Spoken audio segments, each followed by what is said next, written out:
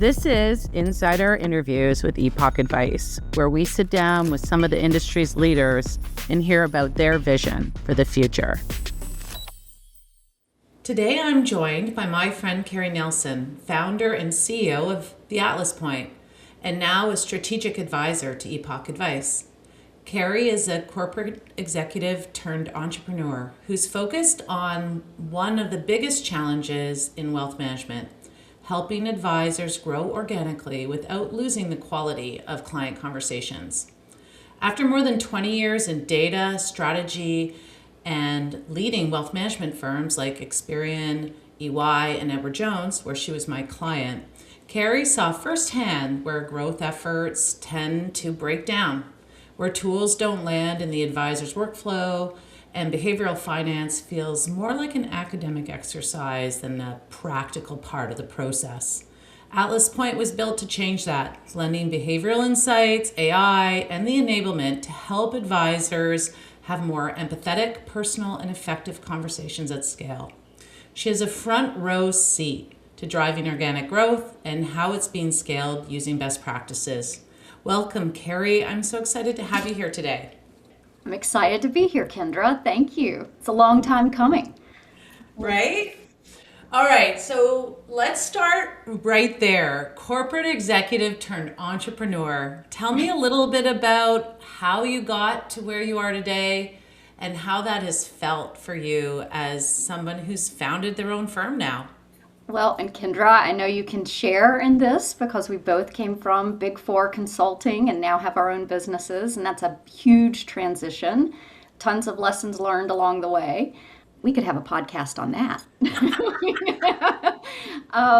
My background, I'll start from the beginning. I started my career with Ernst & Young in the late 90s when I think all the big consulting firms did an amazing job with training new people coming in from undergraduate, did an amazing job with really a strong culture and introducing that culture. At the time, it was quality in everything we do at EY, and they brainwash you. And so I am still, for life, a big fan of EY and have many friends there. I did 2 tours. So after my husband and I moved to Richmond, Virginia, from Charlotte, and with that move, I left and went to Experian, as you mentioned, and that's where I really got to dig in a bit deeper on the data and analytics consulting.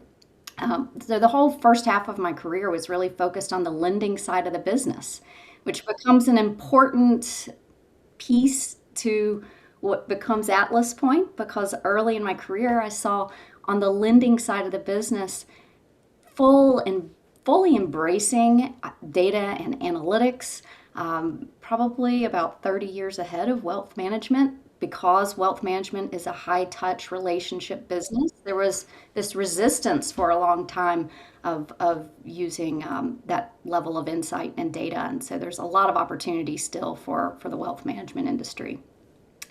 So from Experian, we ended up moving to St. Louis, so now I was in a wealth management hub, and I made my way back to EY, so second tour, and this time as a principal focused on wealth and asset management, also led financial services in St. Louis. That's where we met, Kendra. Yeah, we were competitors at the time. You were a competitor and always pushing things forward, right? You were very focused on pushing things forward. And so when I left EY, mostly life events, life happens, things change. I went to a client, Edward Jones, to stand up firm strategy and strategic planning. And you were one of the consultants who I called when we wanted to think differently and really push things forward at Edward Jones. So that experience also taught me a lot. While I had started studying character science some at EY, and largely because when you're at any of these big consulting firms, they don't call you unless there's a major change or transformation that needs to happen. And that can be something's already fallen off the rails, right? Fallen off the rails as a regulatory. And what you find in some of those large scale engagements is executives have stress behaviors. We're all human, right? And character science is really interesting because there's ways to lean in and help executives pull out of stress, and then you can influence change. I got to experience some of that even as I moved over to Edward Jones during a pivotal time when the managing partner was changing. And so some of those strategies really work well. And that was the next little nugget for Atlas Point was what if we applied some of this to the field and put some of this science in the hands of the advisors so they could help pull clients out of stress because money is such a stressful topic for most people. So especially when it's your money, it's deeply personal. From Edward Jones, decided, hey, there's some really big industry problems around organic growth. This is not just a one client situation. This is across the industry. But I think Edward Jones really helped to create that foundation of human first for me, driving that home, especially when most in the consulting, most of my peers were all focused on AI and what's coming next from a technology standpoint. So to go the opposite direction and say we're going to go focus on human first and that deep conversation that's at the core of this problem between a client and an advisor, because really that's the heart, that's where what matters. So Atlas Point started there, really, and we started with something small in the behavioral assessment space to focus on that conversation, as you mentioned in the tee up, and then we've expanded from there to focus on a broader, more complex challenge around organic growth. Yeah. And it's really interesting to me, and maybe you'll do a little bit of a description around how you've taken understanding best practices and the common issues that home offices or leadership is trying to achieve, understanding the way things are on the front lines, what it's really like to be trying to triage work and deal with all those emotions and human needs and different process on the front line, and then how you've used some technology and some proprietary approaches, I guess, to measure businesses and to enrich things like discovery. Like maybe just do a little treetop of what Atlas Point is able to support. Right. So we, like I said, started in that behavioral assessment space and very quickly found that that's not going to be enough to support the advisor. And, while we have tremendous success, and in fact, I was talking to an advisor last night who called me. He's like, I've added 19 million in net new assets just using this one behavioral assessment. It's so amazing. Right. And that's financial virtues, right? That's financial virtues, yes. And we've expanded beyond that now. There's about 15 different behavioral surveys. We've worked closely with Washington University, had some incredible PhDs, part of this journey of Atlas Point and founding Atlas Point.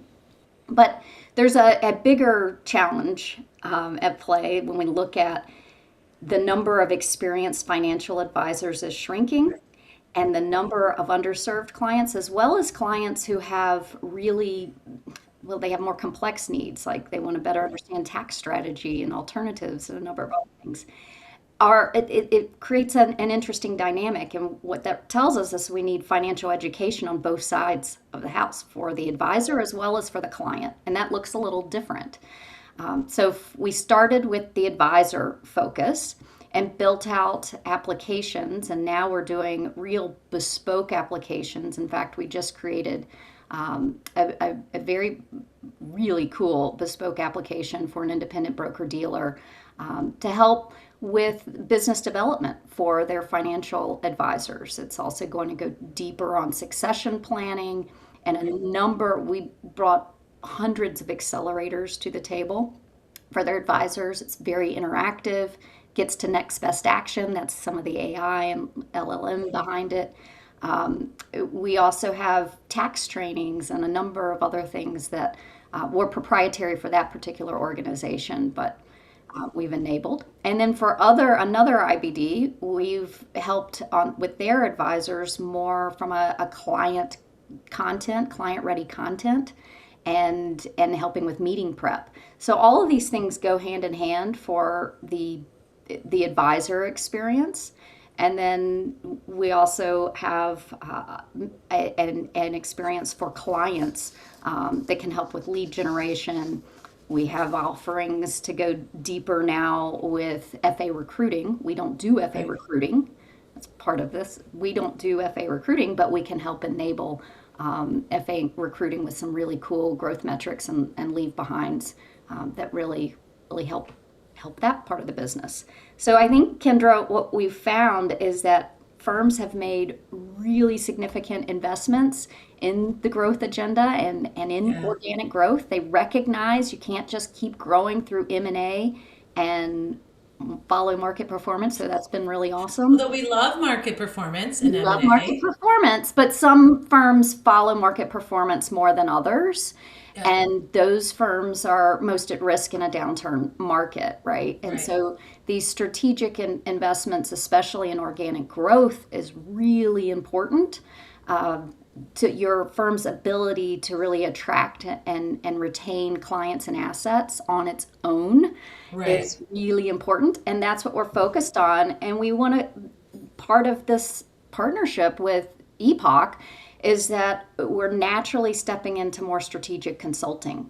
Right. Because if these firms have already made compelling investments, and most of them have, then there's a bunch of different offerings out there for the advisor and the client, but they're fragmented and they're not Right. necessarily working together, and Right. adoption rates are terrible in the individual Yeah. space. And part of this Yeah. is because the advisor has to do all the work to like piece it all together. Or worse, there's so much well-intended change, it's clogging the pipes, right? Like Right. that's the thesis behind us partnering, or at least one of them, was that you're rarely going to meet a leadership team at an RIA or a broker dealer or a bank-owned firm that where they don't have an approach to thinking about growth, performance management, advisor transition, succession, Yep. marketing, enablement, training. Like all of these things are part of every team's priority list.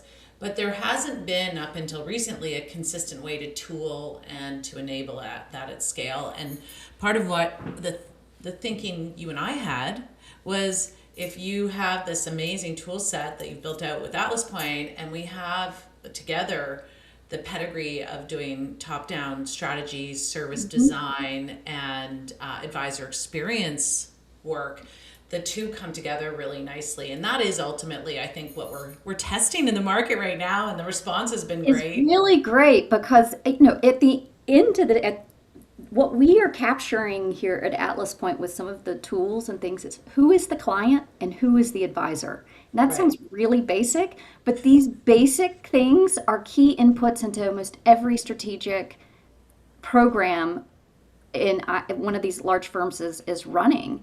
And so Yeah. very quickly, this can spiral from, hey, we're coming in and going to help you with your cohesive, integrated organic growth solution that works for your firm. But that Yeah. can very easily spiral into other things, as we've already seen very quickly with our announcement. Yeah, I With know. requests on, hey, how about we need a project around M&A, or we need a Yeah. project around fill in the blank that's more on the change management or business tech transformation side that starts to get out of the scope of Atlas Point. And I think it's already starting to prove itself out, but it's going to work. Yeah, I mean, and I think ultimately, like, if people take away from what we're trying to do, I think we're trying to marry a really deep understanding of what drives growth and what it takes to get there with smart ways of working, whether that working is an accelerator for consulting or whether it's an actual tool set that is deployed to the field or to clients directly. But ultimately, like the IP or the knowledge related to what's working is valuable in and of itself, right? So Mhm. let's take a minute on that. Okay. When you think about organic growth, and it means a lot of things, so maybe just take a second to define what you think it means to you. But I think also maybe tell me what you think the biggest levers are that you're seeing leadership and advisors try to pull. What do you think really is going to be the difference maker there? Yeah. So basic organic growth is your firm's own ability to attract and retain clients and assets. I mean, that's it. Not just growing through M&A and not simply following market performance, which we know those strategies both work. And that is how I mean, for most of these firms that are growing, they've been growing through M&A activity.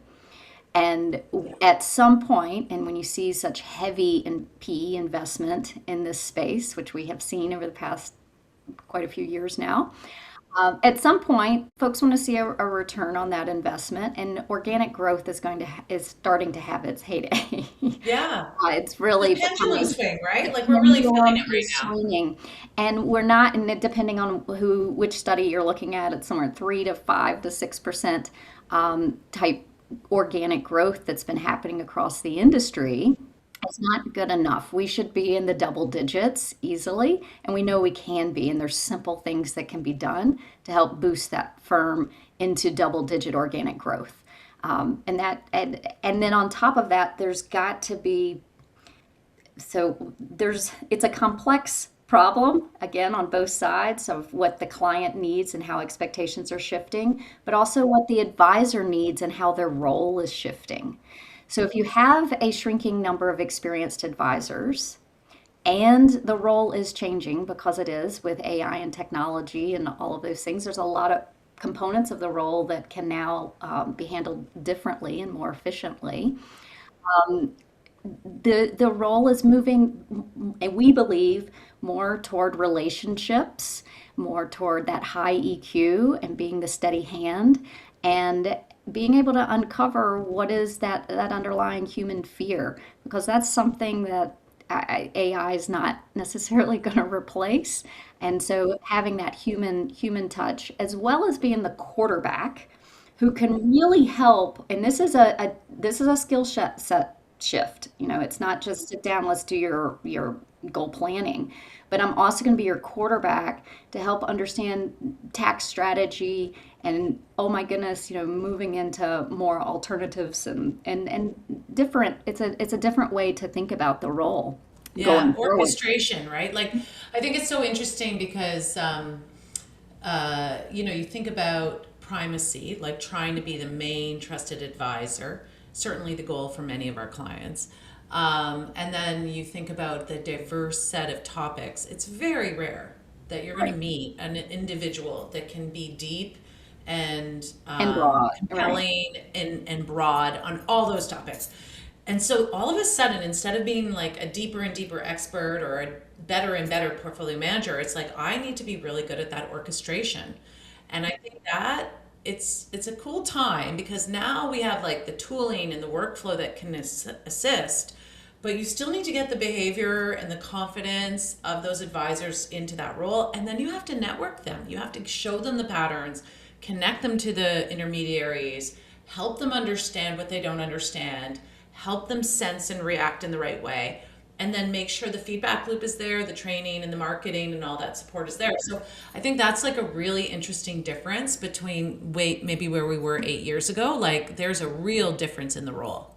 We've looked at how advisors like to learn, and Right. everybody's a little different, no Yeah. surprise. Some would prefer to go out there and do self-directed training and that type of thing. They're actually the minority. Others would prefer to learn in peer groups. Others would prefer to learn and have that accountability measure with a coach. And our system, we accommodate all of that to Right. accommodate the different learning styles. And depending on the topic, you need a different approach. And so Right. it's a system that reinforces these good behaviors, and then can also help with things like succession planning, Right. which is clearly that's going to be an area that we continue to go deeper and deeper on, especially in 2026. We already have a lot of content and Yeah. coaching support in that area, but we've got to continue to expand and go deeper on the succession planning side of I things. feel 'Cause like we've been talking about it for a while, but there's this thing that I've noticed in probably the last 18 months where the topic is getting less about like what is the demographic shift, what are the things that ought to be in place to this is what we're seeing. Like this is what's Mhm. happening within our firm, this is what's happening within our region, this is what's happening within my book. I think the rubber is hitting the road a bit, so it's going to be a really important time to understand how to deliver the right enablement, and also how to avoid attrition, right? Attrition of younger advisors, attrition of assets, attrition of next gen clients. Like these are really important sources of retention that need to be addressed. Exactly. I'll use an example of an advisor we've been working with for a couple of years. We've been working with his practice, and he's been in business 45 years. So he's seasoned. And he's like, I'm growing faster than ever before. He just added two new advisors to his business and our coaching. We helped on the coaching side to get them brought in and all the way down to how they communicate with each other. A lot of times the seasoned advisors will say, I read people differently than they do. How am I out? They want to make sure that their clients are taken care of, not just by the numbers, but that emotional connection is there as well. And what's really cool about this particular example, so this advisor's added two new advisors to his business. Both of the new advisors well exceeded their annual growth goals in the first 8 months on board, which is incredible. And part of that was some of the support and patience of the advisor, but also having some real structures that worked for the new advisor to be able to get in front of clients quickly and have success. And one of the tools that they used, and they were resistant at first, they were like, I'm just going to cold call all of these. They had some of the clients that they felt like could be a retention risk or have not engaged in some time. The senior advisor gave the new advisors this list to reach out. And they were doing that and they were having no success. I mean, getting very few to return their calls or respond to an email. And then they used one of our email starters along with, used this assessment email starter, and they started sending that out, got all sorts of responses back. So we know this is possible. We've got tons of resources and lessons learned and fabulous coaches on the platform as well, who are very experienced with helping teams guide through the entire journey of succession planning. Yeah, and you can also ingest, like when we're talking to a team that already has established programs or already has training or already has a way of thinking about things. I think one of the things that's neat about what you've built is you can ingest their established methods as well. So there's a lot of variability that I think is important, because like the more sophisticated the performance management or the internal capabilities, the more likely they are to have a few things that they really believe in and they want to keep going with. And I think that's I think one of the reasons why I was really energized by what you're building, because I think it took into account that there's not a one size fits all, and the bigger the firm and the more sophisticated the home office team, perhaps there's going to be some really specific things that need to be taken into account. The other thing I liked, and I think we're seeing this as you and I meet with people, is that there's different starting points. So some are coming to you for transition. We've onboarded a bunch of advisors and we need to get them up and running. Some are coming to you for succession. We know we have this shift taking place. Some are just saying we need to get this stuff in front of advisors all of the time. We need a place for advisors to experience the content. And ultimately what you're finding, and I think this is where the consulting piece comes in, is you can start almost anywhere on that life cycle, but there's a point at which all of the different moving parts start to overlap and connect. Yes, love that. Great summary, Kendra. And this is the Big Four background coming into play. So everything that we've developed, we did with the mindset of it's got to be configurable. It's got to be nimble and quick and really help accelerate whatever may be an existing program for a firm, especially the larger firms we know have existing established programs. So everything we have does that, and we do exactly what you're saying. Let's have a discovery session and understand what challenge, what problem you're solving right now, and meet the client where they are. So that will be our starting point. And then recognizing these pieces may connect and it may bleed into other things, but we're going to start and focus on what's most important for that client. And we pick and choose the components to really help elevate and bring your client experience to the next level. So cool. And one of the things I'm excited, so you talked about 2026, and there's a whole list of things you're working on for Alice Point, and then maybe a set of things we're thinking about working on together. One of the things that we're thinking about building, I guess we are testing right now with a few advisors, is the concept of advisor as CEO. Some of these larger, high growth advisors on the path to $1 billion, $2 billion, and their desire for a more strategic experience at the book level, at the team level.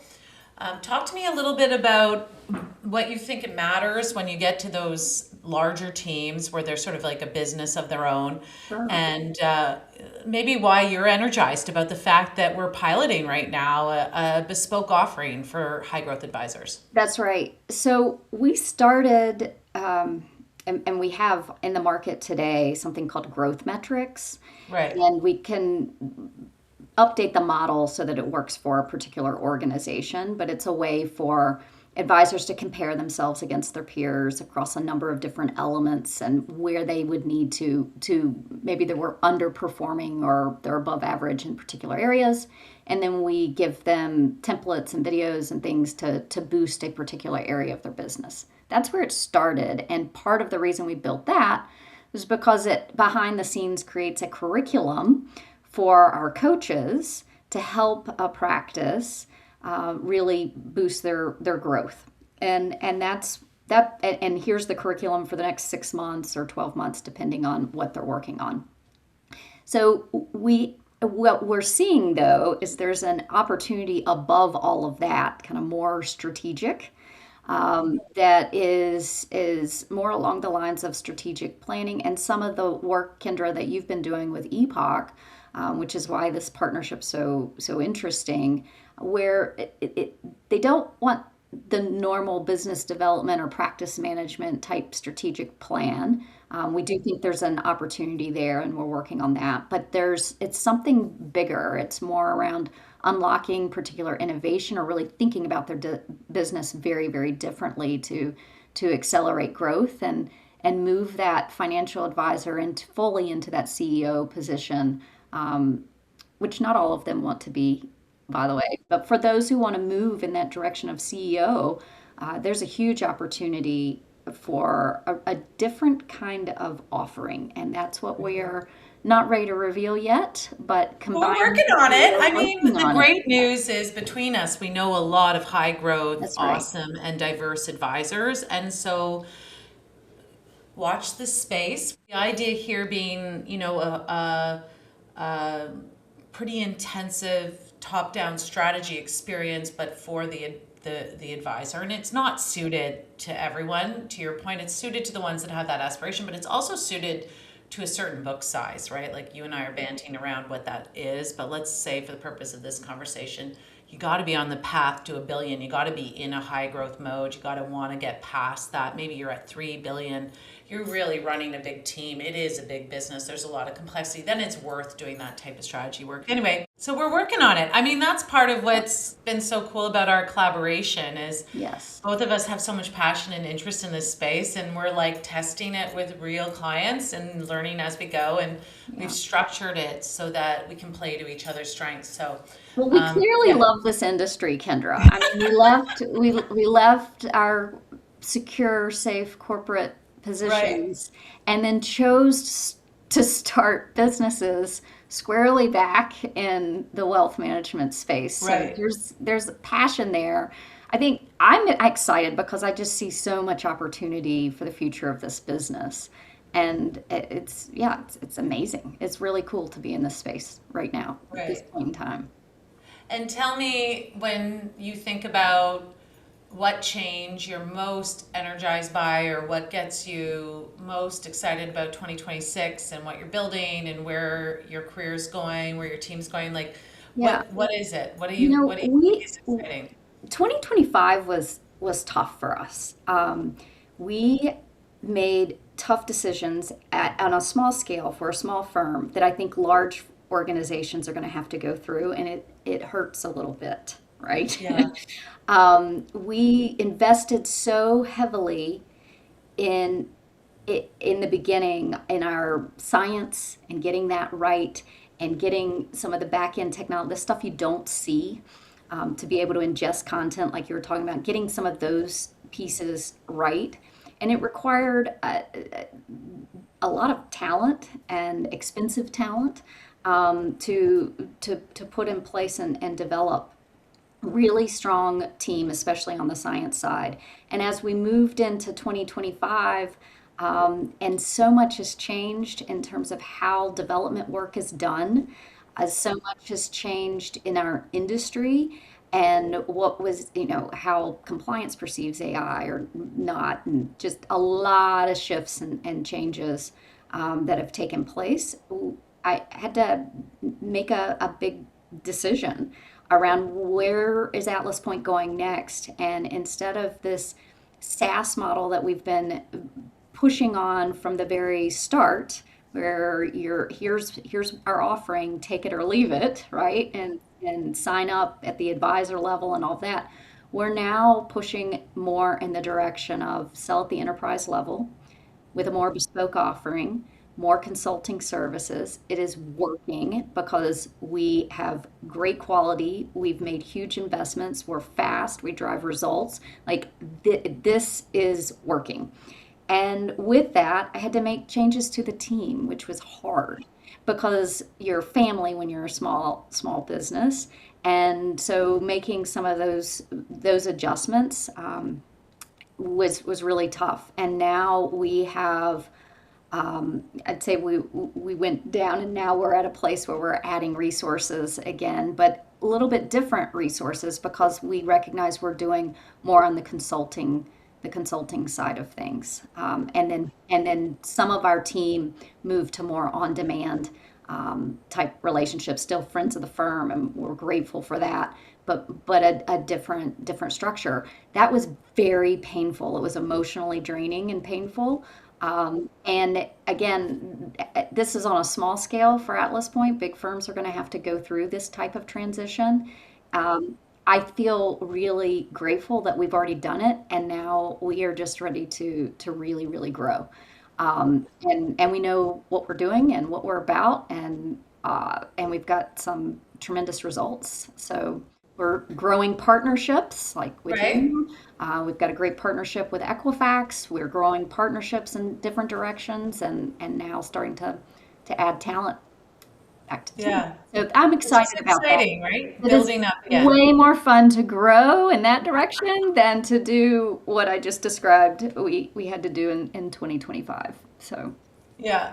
So if someone listening to us is the head of sales or head of growth or head of performance management or head of advisor experience, because I would say those are some of the hats that often buy, what do you want them to take away from this conversation? What should make them want to reach out to Carrie and Atlas Point or to Epok and Atlas Point together? What do you think it should be the call to action?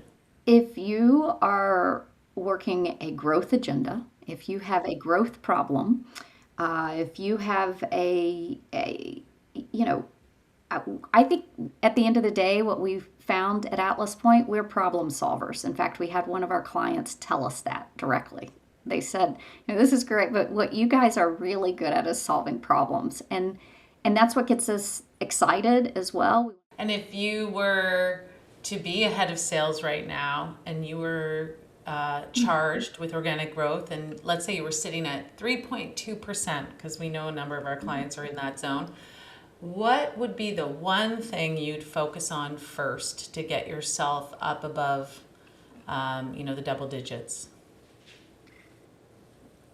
The relationship at the core, the Yeah.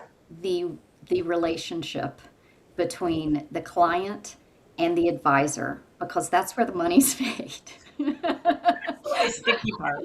That and our focus, yes, we want them to be more efficient but also more effective in that time they're interacting with their client. So if that means how do we help you with meeting prep? How do we help accelerate that trust? How do we move that relationship forward? So it's a little different from what the bulk of the industry, especially on the technology side, is focused on, which is all about making the advisor, giving them more time back in the day. That's important too, but the money's made in those relationships. Yeah, so fun. And, when you think about yourself on a journey as a founder, what are you excited about as it relates to the business and being an entrepreneur and what's ahead of you personally? Yeah. Wow. That's a big question, Kendra. I should ask you the same question. I it's a way of now I've been doing this for enough years that it's a way of life, and it's hard to even imagine going back or being part of a really big firm. I love that we are nimble and quick and can innovate. And there was a creative element that I didn't realize that I was even a creative person. I had taken some surveys and things, and I think it was like, oh, you're creative. I'm like, I didn't feel creative. I was, when you're in a large organization, there's not a lot of room for that. And I, I love that part, the creative part. I love the team. Am excited to see us grow and now move into this like growing the team and we have great clients. We've dialed in on who we like working with, and that makes for a lot more happy days. So Yeah, I like that's that awesome. too. Well, I want to thank you. I want to thank you for your friendship. I want to thank you for the partnership between our firms, and I want to thank you for spending some time today. It was really candid, and I think, my head was nodding the entire time. I think we violently agree on all these topics, but thanks for spending some time. Thank you, Kendra. This is great. You're so good at this podcast and marketing. We complement each other very well.